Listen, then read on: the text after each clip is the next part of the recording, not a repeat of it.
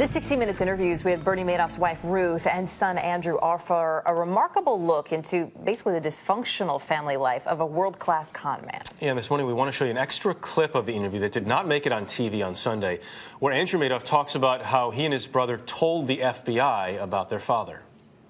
And the decision to turn him in, how did that evolve? Well, we knew right away that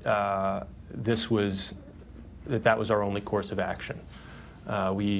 Two of us got in the elevator, went back down to the street.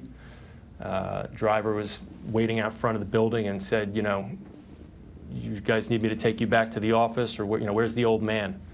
And we said, you know, he's still upstairs, you're waiting for him, and we just walked out. It was pouring rain outside.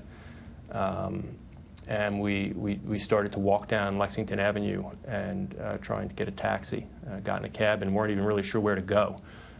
We knew that we couldn't live with this information and not do something about it, and we knew we needed to speak to an attorney, and we knew that that was going to lead to us turning him in.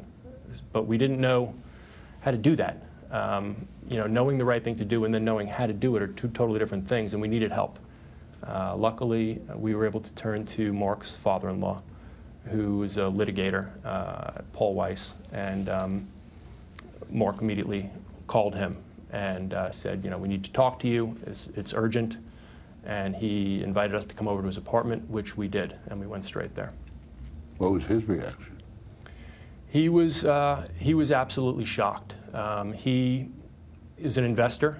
He had put his, he mentioned he had put his retirement money there very recently, and quickly sort of dismissed that as you know, not relevant, and just please, you know, he just wanted to hear us hear what happened. We recounted the story, and he couldn't believe it, and you know, we were talking about whether or not we think. Was Bernie sane? Was he telling us the truth? Was he making this up? And Mark and I were both clear that he seemed to be clear-headed, and that this was real. You called the FBI, or the lawyer called the FBI? It was later that day. Marty London, who's the gentleman who was helping us, Mark's father-in-law, brought in some of his colleagues, and we walked through the situation, and they told us what the proper course of action was in terms of who to call and how this thing is handled, because we just didn't know that. And we made the decision to make the phone call. When the FBI came in that morning, did you have any idea that your sons had turned this over? No, I had no idea.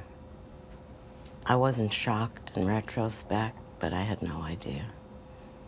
I don't think he did either, actually. What was your reaction when you heard it, that it wasn't the boys who turned the father in? I realized they had to do it.